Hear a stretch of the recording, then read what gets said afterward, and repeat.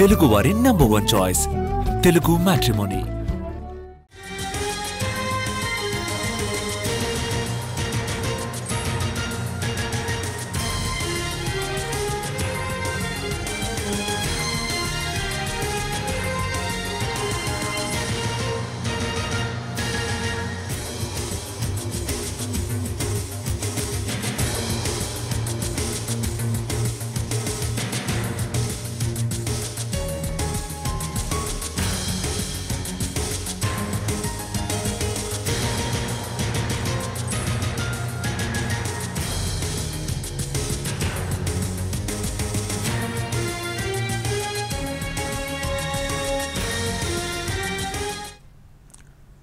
ఉత్కంఠకు తెరపడనుంది. విజేతలెవరో తేలిపోనుంది. బీహార్ అసెంబ్లీ ఎన్నికల కౌంటింగ్ కాసేపట్లో ప్రారంభం కానుంది. పోలింగ్ కేంద్రాల వద్ద రెండంచెల భద్రతను ఏర్పాటు చేసింది ఈసీ. ఎన్డీఏ, ఎంజీబీ నేతలు మాత్రం ఎవరికి వారే విజయం తమదంటే తమదే అంటున్నారు.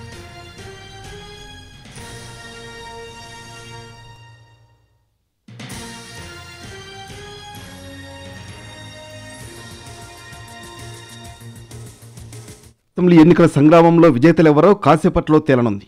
ఎన్డీఏ, మహాగఠబంధన్ కూటముల్లో ఓటర్లు ఎవరికి అధికారం కట్టబెట్టారో ఈ ఫలితాలతో వెల్లడి కానుంది.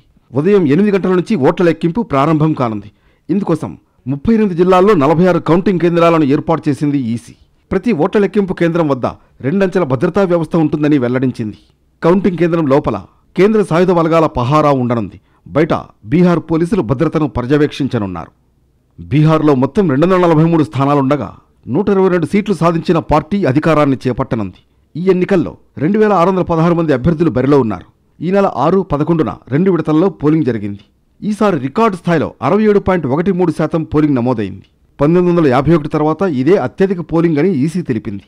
మహిళా ఓటర్లలో 71.78%, పురుషుల్లో 62.98% మంది ఓటు వేశారు. రికార్డు స్థాయి పోలింగ్ జరగడంతో ప్రజల తీర్పు తమకే అనుకూలమంటూ అధికార ఎన్డీఏ, విపక్ష మహాగఠబంధన్ రెండూ భావిస్తున్నాయి.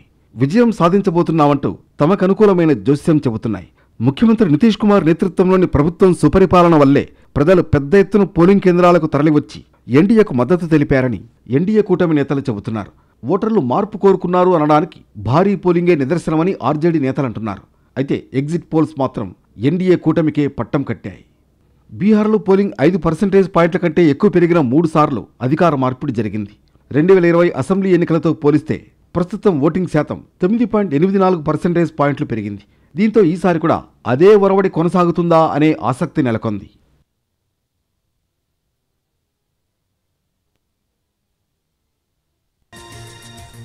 ఉత్కంఠకు తెరపడనుంది. విజేతలెవరో తేలిపోనుంది. బీహార్ అసెంబ్లీ ఎన్నికల కౌంటింగ్ కాసేపట్లో ప్రారంభం కానుంది. పోలింగ్ కేంద్రాల వద్ద రెండంచెల భద్రతను ఏర్పాటు చేసింది ఈసీ. ఎన్డీఏ, ఎంజీబీ నేతలు మాత్రం ఎవరికి వారే విజయం తమదంటే తమదే అంటున్నారు. హోరాహోరీగా సాగిన బీహార్ అసెంబ్లీ ఎన్నికల సంగ్రామంలో విజేతలెవరో మరి కాసేపట్లో తేలిపోనుంది. మరి కాసేపట్లో ఓట్ల లెక్కింపు ప్రక్రియ ప్రారంభం కాబోతోంది. పూర్తి అప్డేట్స్ అడిగి తెలుసుకుందాం. మా ప్రతినిధి ప్రసాద్ లైవ్ లో సిద్ధంగా ఉన్నారు. ప్రసాద్, చాలా ఉత్కంఠభరితంగా ఎన్నికల కౌంటింగ్ అయితే జరిగే అవకాశాలు కనిపిస్తున్నాయి. అప్డేట్స్ ఎలా ఉన్నాయి? దీనికి సంబంధించి అంటే ఓట్ల లెక్కింపు ఫలితాలు వెల్లడయ్యేందుకు గాను మధ్యాహ్నం వరకు కూడా దీనిపై ఒక స్పష్టత వచ్చే అవకాశం ఉంది. ఇది ఓట్ల లెక్కింపు కార్యక్రమం సంబంధించి అన్ని ఏర్పాట్లు కూడా చేయడం జరిగింది. ప్రధానంగా ప్రతి నియోజకవర్గంలోనూ దాదాపు 5 కౌంటింగ్ కేంద్రాల్లో మాక్ పోలింగ్ చేసేసి వీవీప్యాట్ వెరిఫికేషన్ అనేది జరుగుతుంది. అవి కనుక సక్రమంగా జరిగినట్లయితే మిగిలిన అంశాలు కూడా 8 గంటల నుంచి మామూలుగానే దానిపై పూర్తి స్థాయిలో ఓట్ల లెక్కింపు ప్రారంభమవుతుంది. ప్రధానంగా బీహార్లో ఉన్నటువంటి ప్రస్తుత పరిస్థితిని చూసినట్లయితే దాదాపు ఓట్ల శాతం, ఈసారి ఓటింగ్ శాతం పెద్ద ఎత్తున అత్యధిక మొత్తంలో నమోదైంది. ఇది మనం గమనించాల్సిన అంశం. గతంలో ఎన్నడూ లేని రీతిలో అంటే ఎన్నికల చరిత్రలో, బీహార్ ఎన్నికల చరిత్రలో చూసుకున్నట్లయితే ఈసారి దాదాపు 9% ఓటింగ్ శాతం పెరిగింది. ఇది ఎటువైపుకు దారి తీస్తుంది, ప్రజలు ఏ వైపు ఉంటారు అన్న అంశంపై మరికొద్దిసేపట్లోనే స్పష్టమైన అవకాశం ఉంది. ఉదయం 9 గంటల నుంచి కూడా ట్రెండ్స్ నమోదవుతాయి. దాని ప్రకారం ఫలితాలు ఏ రకంగా ఉండబోతున్నది చూచాయిగా మనకు తెలిసే అవకాశం ఉంది. ప్రధానంగా బీహార్ ఎన్నికల చరిత్రలో చూసినట్లయితే 3 సార్లు అత్యధికంగా ఓటింగ్ శాతం నమోదైనప్పుడు అప్పటి వరకు అధికారంలో ఉన్నటువంటి పార్టీ ఓటమి పాలైంది. ఇది ఇప్పుడు 9% ఓటింగ్ శాతం. అప్పట్లో 3 సార్లు 1967లో ఒకసారి జరిగింది, అదేవిధంగా 1980లో ఒకసారి జరిగింది, 1990లో జరిగింది. ఈ 3 సార్లు కూడా కేవలం రమారమి 5 ఓటింగ్ శాతం నమోదైంది. 5 ఓటింగ్ శాతం జరిగినప్పుడు అక్కడ ఉన్నటువంటి అధికారంలో ఉన్నటువంటి పార్టీ ఓటమి పాలైంది. ఈసారి 9 ఓటింగ్ శాతం నమోదు కావడంతో ఇది ఎలాంటి పరిస్థితులకు దారితీసే అవకాశం ఉంది, ప్రజలు ఏటువైపు మొగ్గు చూపారన్నది చాలా సంశయంగా ఉంది. దీనిపై స్పష్టత వచ్చేందుకు మరికొద్ది సేపట్లోనే బీహార్ ప్రజల యొక్క తీర్పు, వాళ్ళ యొక్క నిర్ణయం ఏంటన్నది స్పష్టం కానుంది. 1967లో అప్పటి వరకు కాంగ్రెస్ పార్టీ అధికారంలో ఉన్నటువంటి పార్టీ 7% ఓటింగ్ శాతం నమోదు కావడంతో జనక్రాంతి దళ్ పేరుతో సంకీర్ణ ప్రభుత్వం మొట్టమొదటిసారిగా ఏర్పడింది. అదే తొలిసారి కాంగ్రెస్ పార్టీ ఓడిపోవటం కూడా. ఆ తర్వాత 1980లో కూడా ఇలాంటి పరిస్థితి ఏర్పడింది. అప్పట్లో కాంగ్రెస్ పార్టీని ఓడించి